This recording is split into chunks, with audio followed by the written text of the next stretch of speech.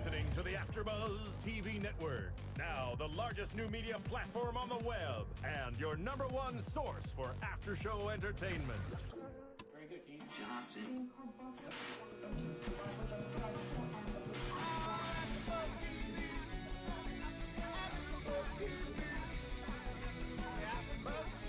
the AfterBuzz Studios in Los Angeles, California, presented by Maria Menounos and Bing.com, and streaming live thanks to Akamai Technologies, this is AfterBuzz TV's Archer After Show. We'll break down tonight's episode and get you all the latest news and gossip. If you'd like to buzz in on tonight's show, you can buzz us at 424-256-1729. That's 424-256-1729.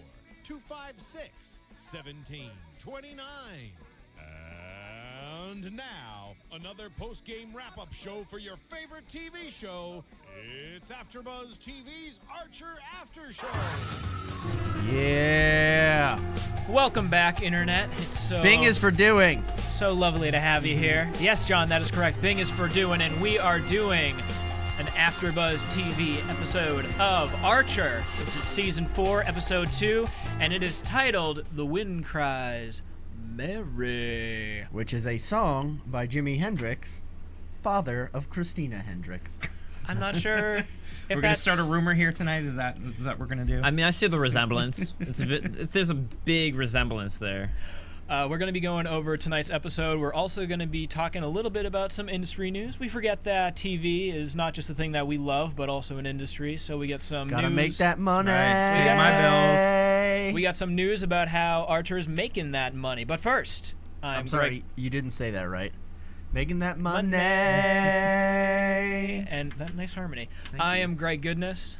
I'm John Barrett. Guys, I'm Dave Klein, and I just want to point out real quick that we have these bumblebee mics for those of you watching. Yeah. We're talking into bee butts. These are fun. And I'm Scott Moore. Last but not least. Also talking into a bee butt. Bee butt. right. All right, guys, so let's jump right on into it. This was an interesting episode because we got to see Archer's best friend, which we didn't... Only friend. Yes. We didn't know Archer had any friends. Hey, the I was lacrosse gonna say best pole. friend in quotes. That's a good point. He was friends with a lacrosse yeah. stick. Lacrosse stick. The lacrosse stick was a great friend of his, right? Yeah. Right. Yeah. I think- And the empty lacrosse field. Yes. Bleachers. I think he's in the bleachers all alone. And the bleachers. But yeah, Archer and Lucas sitting in a tree trying not to KISSING. Topic of discussion for this episode. I really liked Lucas. He was a fun guy. He's a bro, man. Had some serious issues come up in the later part of the episode. What do you guys think? Down with Lucas? Not down with Lucas? I would hate to hang out with the two of them. That would suck more than anything has ever sucked. Okay, Ray. All right, Ray. I guess maybe I am being a little Ray-ish right Ray, now. what's your synopsis on, what do you think? Gay or not gay? What was it? Shitty jock assholes? Yes. Gay? No. I wrote down raise gaydar off? ? Because I feel like that should be something that, you know, we should at least have a better idea of. There's a lot of discussion in the office about whether or not he really was gay. And I feel like... I think my favorite was he's as gay as a tangerine. Yes. I had that one down there in too. cut-off jeans shorts. Go ahead. This is... it's a little bit unrelated. What makes tangerines gay? Happy, bright, sunshiny. I think it's referring back to the, 1800s old-timey use of the word gay, probably, right? I also think it has to do with, like, drinks. A lot of drinks you associate with girly drinks would be, like, tangerine dreams. Okay. That would be my take I on was just it. going to say it was a fruit, so. Oh, wow. It's a citrus fruit. Yes. It's refreshing. Also, We were overthinking that. Also, let's just say Mallory is just a hateful, spiteful person. So Yeah. there really needs to be no logic behind her Yeah, but you would hate. think she wouldn't be anymore. She's married now. You know, she should be getting some. Why is she still so full of hate? Ooh, that's But a good is question. she at this point? She should be happy. But we also have Lucas Troy going to work for Odin. So that was what started it out for her, is that he went to Odin And No, what started it out for her was that it was obviously her jealousy of his relationship with her son. And all of his friends. Yeah. His non-existent imaginary lacrosse Yeah, they're friends. all evil as far as she's concerned. Yeah, I thought that was an interesting way to set up the episode. In that, okay, we have Archer's best friend, but we've never seen him before because he happened to switch on over to Odin. And that Archer harbors no resentment over that whatsoever. That he's like, oh, well, of course you would go to Odin, because as Carol Cheryl later confirms, that's a real chicken shit outfit they have going on over at ISIS. Yes, it is. Well, I mean, they've just got ants everywhere. Yes, And now infestation. Yeah. everywhere. Not It's that true. there would be Always. like a dead pig or anything. Right? There are dead pigs everywhere. Let me ask you guys this: did you think when you first were introduced? Spoiler alert, everyone who hasn't seen the episode. Which Spoiler alert. why are you? Why are then- you? Yes. How dare Listen. they not? But obviously, Lucas went crazy. Lucas killed all of his fellow agents. Did you think that was coming at the beginning of the episode? Did you see it? Which side of the Lucas argument did you land on? I was on Archer's original side, because I felt like for the plot to move forward, Archer had to be right, and they were both wrong, I guess. No, they were both right. Right. Well, then they were Yeah. also both wrong. Yeah. So you're doubly right and doubly wrong. There we go. Yeah, I'd agree. I was also on Archer's side because I mean I just figured that was the whole twist, and the point would be that hey, the twist is that he is alive and Archer's right, and who thought Archer would be right? Because But they then were they get setting that- it up so much like Yeah. with look, he's dead, he has the dental Yeah. records and all that. Yeah, so. they were. I think that obviously they wanted us to believe that he was still alive by having Archer. Yeah. We wanted to believe Archer. Right. But then they sort of go with that twist is twisted right away, like almost as soon as all the evidence is presented, it's then denied by him showing up. So then at that point I was like, all right, where's the next twist in this convoluted little storyline that's happening here? And it wasn't quite what I thought it was going to be. No, I mean, that's what I was pleasantly surprised about, is that you set up an episode where you think there are only two possible outcomes to this situation. Either he's alive and he didn't do it, or he's, he did do it, but it's really, the journey, I guess, is a little more winding and a little more rewarding than I had originally anticipated. Did not see, I suspected that maybe, they might be right in that he was gay and that he had a thing for Archer. I think that they led into that pretty heavy. Bruh. I mean, how could he not be? Yeah. But He could drink Ireland under the table. I'm sorry, I just remembered that. another great series of still shots, by the way. Yes, This that was episode does it fantastic really well. use of the still shots. Everyone has a camera at one point. They're all passing off the camera, which I thought was super nice, paying attention to detail here. And also shows that they can do stuff together, which is what friendship is about, really. I also, one last thing I want to point out is that about their relationship is that I just think it's so nice that all he wants to do is open a bed and breakfast with Archer. It's the perfect spot. This place is perfect. The And Ray the would know. Munsters The house. Monster's house. Yeah. Munsters, Middle one of of the nowhere. one of the few references that I was able to take away from this episode. We'll do a reference roundup at the end because Yeah. there's a lot here. Oh man, it's usually like some high art or novels or obscure English literature, which is also known as novels, I guess. But here, there's like, no, we're gonna throw you a high concept sitcom from back in the '60s. That you've earned this, America. Here, take it. You worked hard last week. Let's give you a little something easier. Yeah, this you know, week. I was gonna say, I feel like this episode wasn't as reference heavy as last week's No. episode. Yeah. And I think that's probably because they had a lot to cram in with the Archer and Lucas storyline, because there's so much to get out there that you have a best friend that you haven't seen because he left to go to Odin and now he's coming back, and you have this weird relationship. Like, this was a packed episode Yes, it because of this storyline, because they had so much information that they had to get out. I mean, something I think that's worth pointing out is, and we were talking about before the show, is usually with this show, even though it is only a 22-minute show structure, we do have an A story, a B story, and a C story. With this one, we really only had two storylines winding through, and I think that's why. Yeah. Because you did have to do that whole background. Yeah, and a light B story at Very that. light, exactly. It was very heavy on. But I think it was This good. It paid it, relationship. yeah, it paid it the attention that it deserved, and it was rewarding for it in the end. And certainly there's plenty of humor to be mined from this. Also, kind of like Archer as a buddy-buddy guy. It's fun. It was fun to see him. Unexpected. I totally but- agree. I loved seeing what he would be like with a friend, because Yeah. he's not really friends with anybody. Mhm. So this is... really, he isn't, except for the lacrosse stick. So this is the first time we really did see that. And Yeah, the- like a way to humanize him again. I'm gonna make him as a more of a deeper character. That's a great point, that it humanized him, because really Lucas is the only person that we've seen effectively tear down Archer to Yeah. where he's just totally Yeah. beaten into submission, besides Burt Reynolds. Yeah. We have Which, to give credit where credit is due. both kind of somewhat dealing with deep-seated possible gay feelings.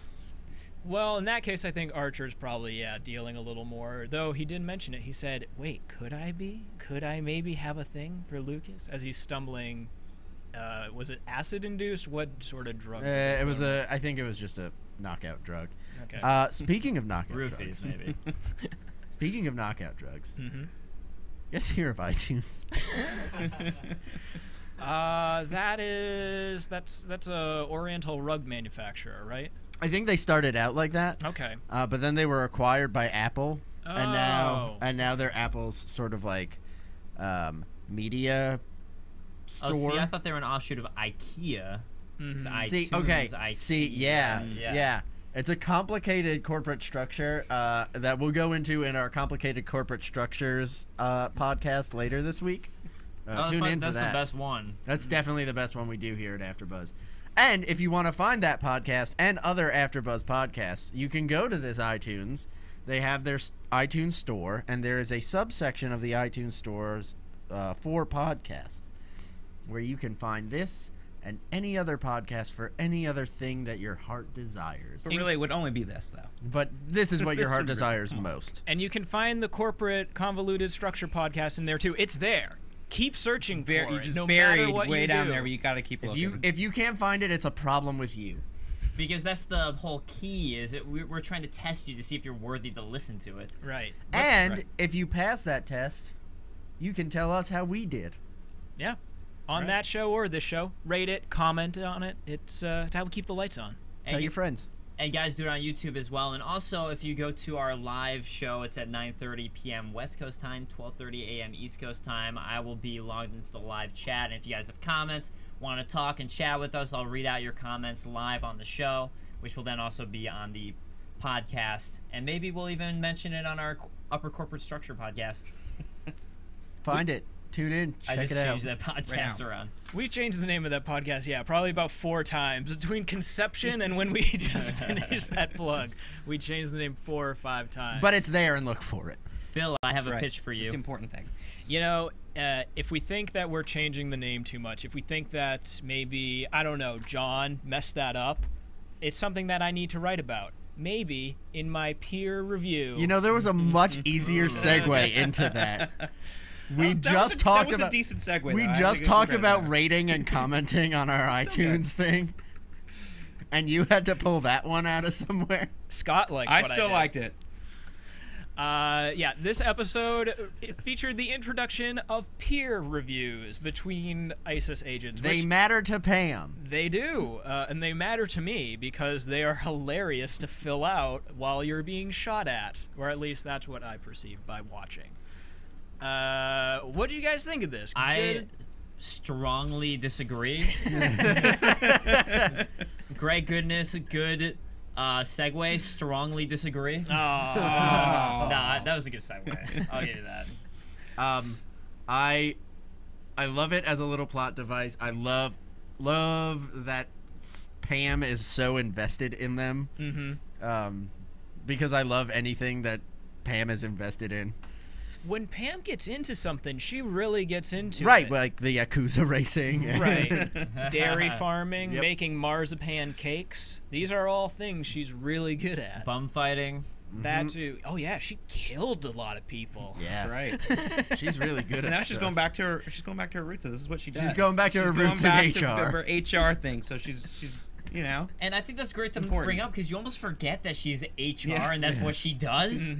Because it just gets lost in the mix, and it's finally brought back to like, hey, this is actually her job. This is what she does. And she's doing something very Couldn't HR-y. Couldn't most of your job be done by a bulletin board? Well, evidently not. Cyril.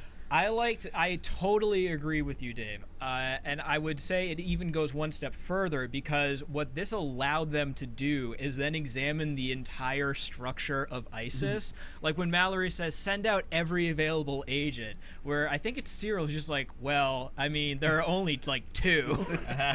It's like for a spy agency, not that many active agents that we There see are in the like office field. personnel kind of There are in the like, background. as I think Pam as Cheryl points out, there are like 10 people who work. Oh no, Pam is the one who says it. There are It like is 10 Pam. people who work in this whole office, Yep, the whole chicken shit outfit. and many of them are useless. Ray. Ray is paralyzed. Well, that doesn't make him useless, though. Yeah. Well, he's not an God. agent, is what I'm getting at. He can't be a field agent. Hey, he's still a field agent. Didn't you see the van episode? Didn't you see the Burt Reynolds episode where he's shooting out the back of the van as he's being loaded in with the hydraulic lift? He is a valuable member of that team. Okay, fine. But then there's also Brent. Is that his name? Who's constantly being shot by Archer? I think Brent's just dead at this I point. think he's dead. I think Yeah. so by now. I would love to see the peer review of Brent. I wonder if Brent would get paired up with Archer. That would be an interesting peer review to read. But you Does know- it have accidental discharges at me? Strongly disagree. But you know what we also got to see, which was fun, was the new ammunitions department. Yeah. Yes, That mustache on a penis. Yeah. Yes, that mustache on a penis we got to see. The gun librarian. So that was like a fun new aspect. And I'm wondering too if this is going to start to be a recurring character.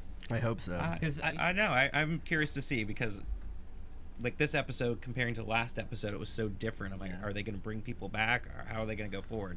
Or is that just a fun little throwaway? I think the real strong suit of this this plot device of the peer reviews is that it forces Lana and Cyril to talk to each other about their relationship. And also have them have best thing that ever happened to me. that's so sad. But it's coming from Cyril, so you don't feel too Yeah. bad about it.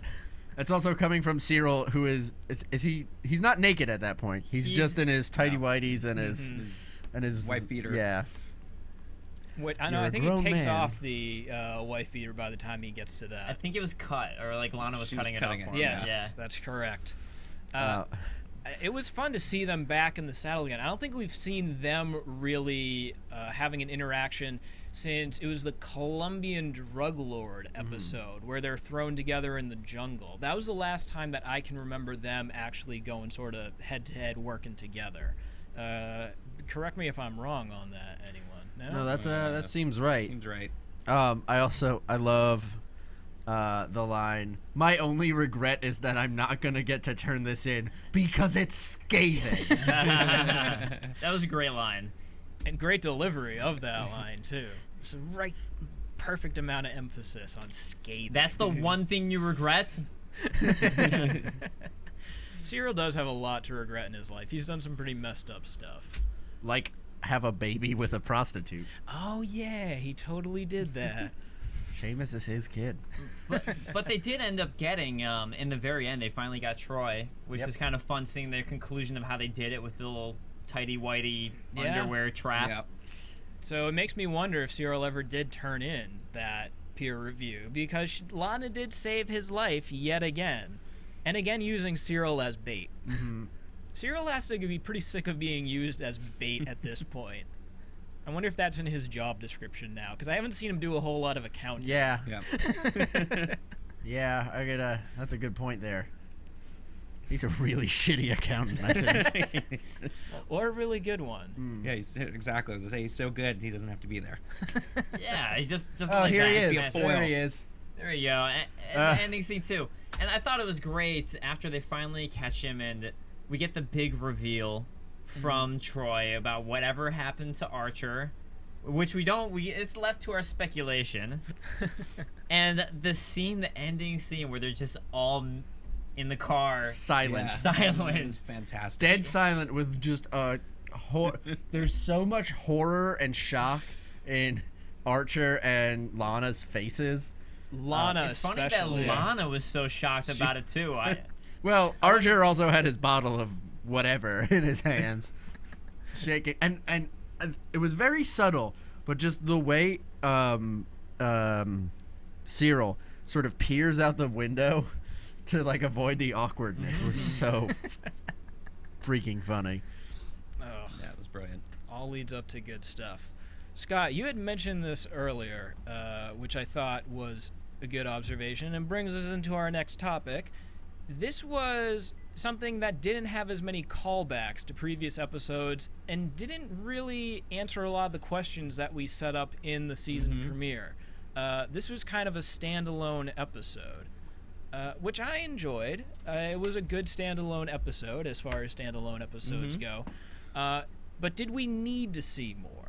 What was interesting too, I thought, is that they did the standalone episode so soon. It's only the second episode of the season. Yeah. It's kind of interesting time right after you're kind of setting everything up for the new season. Then you kind of detour a little bit on the standalone episode. So, wondering what they were thinking, what the reason was behind that. I mean, I guess that's kind of what Archer was established as when it first started for season 1. Is there's a lot of standalone episodes. So maybe they're just kind of saying, "Hey, we've still got this in us."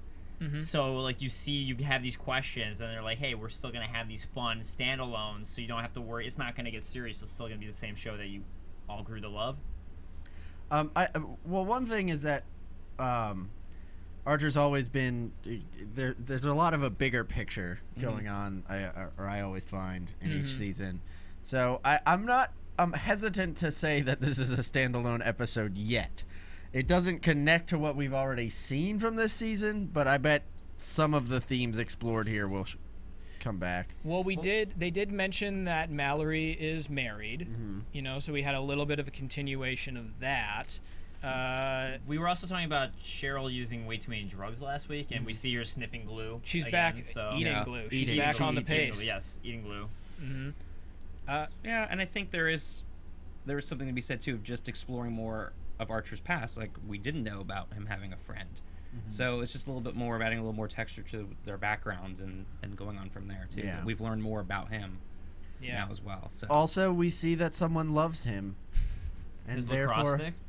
yeah, that's what I was talking about. Okay, just making sure. Maybe we can learn to love him. Scott, you were saying that it's interesting that it's so early in the season. Maybe that's because we're setting up for, this is more for predictions, but maybe we're setting up for something bigger, like the cancer arc that they did in previous seasons. That took, what, 3 or 4 episodes at least, you know? So maybe we're going for something even bigger with this season, and we have to Archer's get this gay. out of the way earlier. Do you think he'll end up being shocked still afterwards about whatever it is that we don't know? He's forever traumatized. Yeah, forever traumatized. Every by it. episode of Archer is now him just in a corner like, no more Barry White, no more coconut oil. He'll never be able to smell coconut again. You'll just keep getting little tidbits about whatever it was. I don't know. I mean, probably not. you can never have a Maybe. daiquiri ever again now. I do. This is some real psychobabble stuff, but it might explain his propensity for ladies' butts.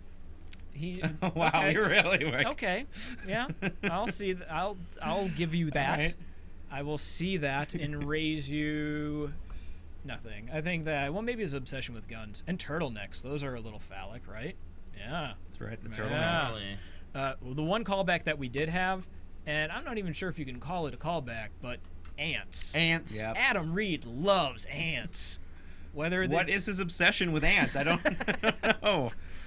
Well, they can lift 50 times their body weight. Yeah. Clearly. Relative and strength. They're fantastic little creatures. And, oh my god, just that scene of the artwork in the ant in the tiny laser beam, the green laser beam, as Krieger cackles maniacally and immediately cuts to, nothing happened. Yeah. It was just...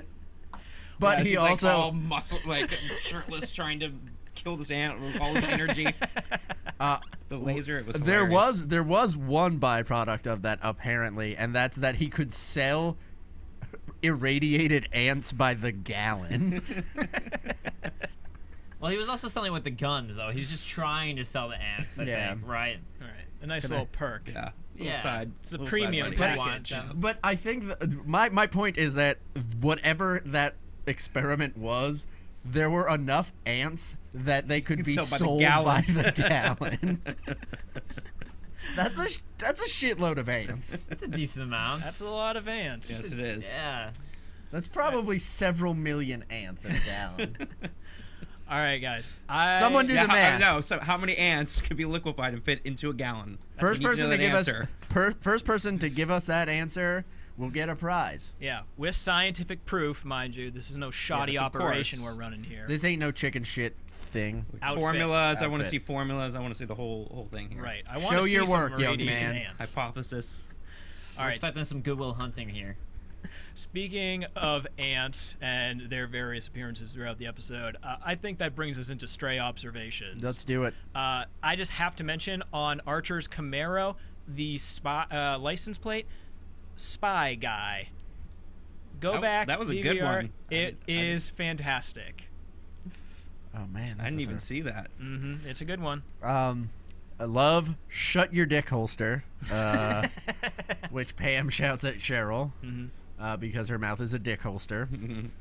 I love "Bros Before Apparent Threats to National Security." The question: does Vermont have liquor stores? Yeah. God, you're taking all mine now. Sorry. I don't have any anymore. You just took them all. I just want to. This was an episode that had a lot of sort of frisky dingo elements to it, because they're talking about relative ant strength or acquiring relative ant strength, which happens to antagony. For those of you who are unfamiliar with frisky dingo, you should be. Google Sorry, it. just Bing it. become guy, Bing it. Also, Lucas Troy being crushed to death by a heavy thing, similar to Ronnie, the Exticle, who has a gay obsession with Xander Cruz being crushed to death by giant pants, and Xander Cruz leaving because he's reluctant to have a conversation with a dying man. And Archer was fairly reluctant to have this conversation with a dying man. I'll just point out one because you just listed like 50. Yeah. Thanks. So, when the fact that Troy, because he trained with Lana, knew her so well and called her spray and pray, kind of like as a joke, and knew exactly how many ammunition rounds she would carry, which was 2. But then also when you see Archer comes back, he can also read Lana that well when he's like doing the trajectory and making fun of her. So we're kind of seeing how well they really do know each other's style of espionage. Peas in a pod. That's a good, They are. Scott, any big lingering observations? Well, he took the big one for me, but the thing I was curious about was actually the title. You know, the Jimi Hendrix song. Was there any thread? Was there any reason behind it throughout the episode? Because I couldn't find anything there, and I didn't know if you guys noticed. Was there any point to like what? I think it's a song about love, a song about lost love, if I'm remembering my Hendrix correctly, which I very may well not be. This isn't Hendrix AfterBuzz. Okay. I refuse to be held accountable for knowledge of Jimi Hendrix lyrics, but I think that was probably what they're going for. But I think as Archer, you need to pretty much have knowledge of everything because they have so many references. They have so many every references in this episode. one.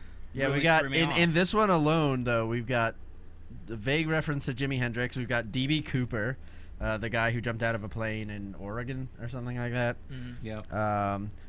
We've got Predator, who only hunts in tropical jungles, Archer hopes. And the reference to the tree monsters in the Lord of the Rings trilogy. Oh yeah, Yeah, the that's ants. right. Yeah, And Archer asking himself if he's gay for Tolkien.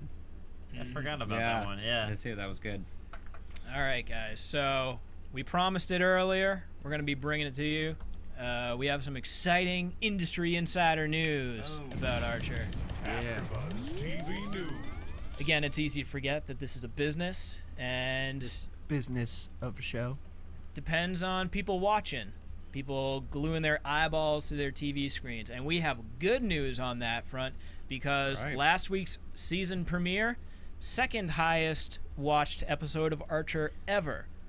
That's ever. Falling only behind the original series premiere way back in the day. And This is all courtesy of Deadline, by the way, so check it out.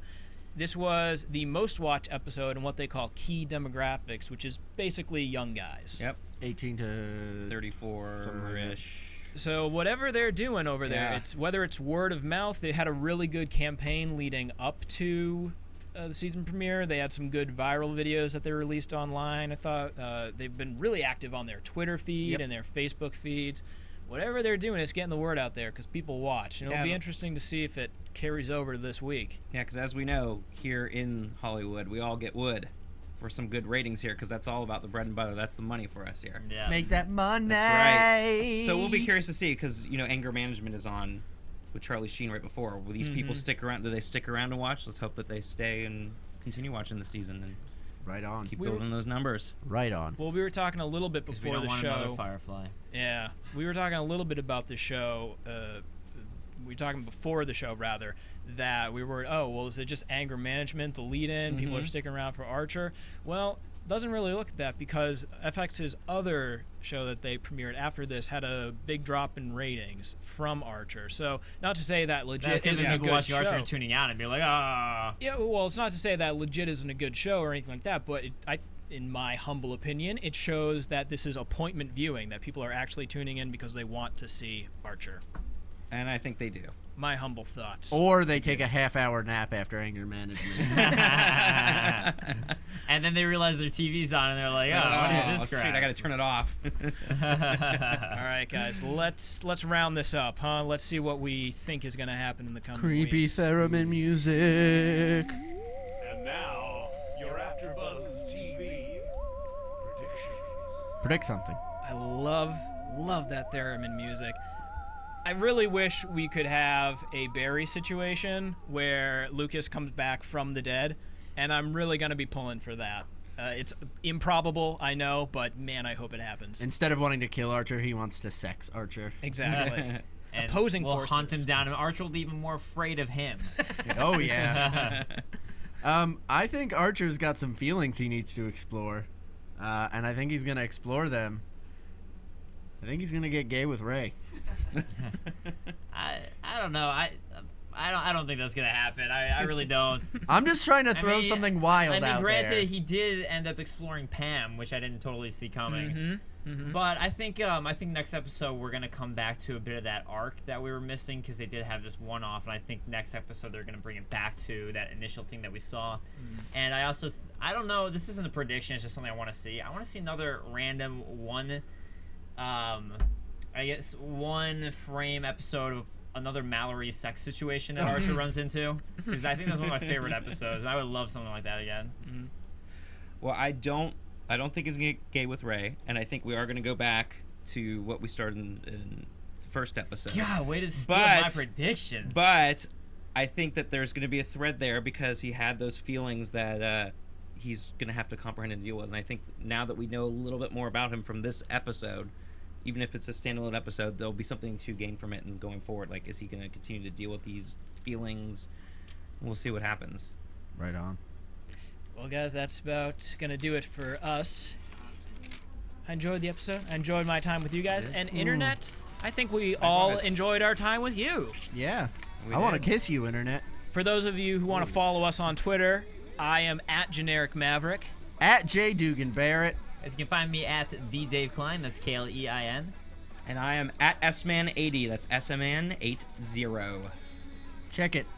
See you next week. Same bat time, same bat channel. From Bing.com, executive producers Maria Menounos, Kevin Undergaro, Phil Svitek, and the entire AfterBuzz TV staff, we would like to thank you for listening to the AfterBuzz TV network. To watch or listen to other after shows and post comments or questions, be sure to visit AfterBuzzTV.com. I'm Sir Richard Wentworth, and this has been a presentation of AfterBuzz TV. Buzz you later. The views expressed herein are those of the hosts only and do not necessarily reflect the views of AfterBuzz TV or its owners or principals.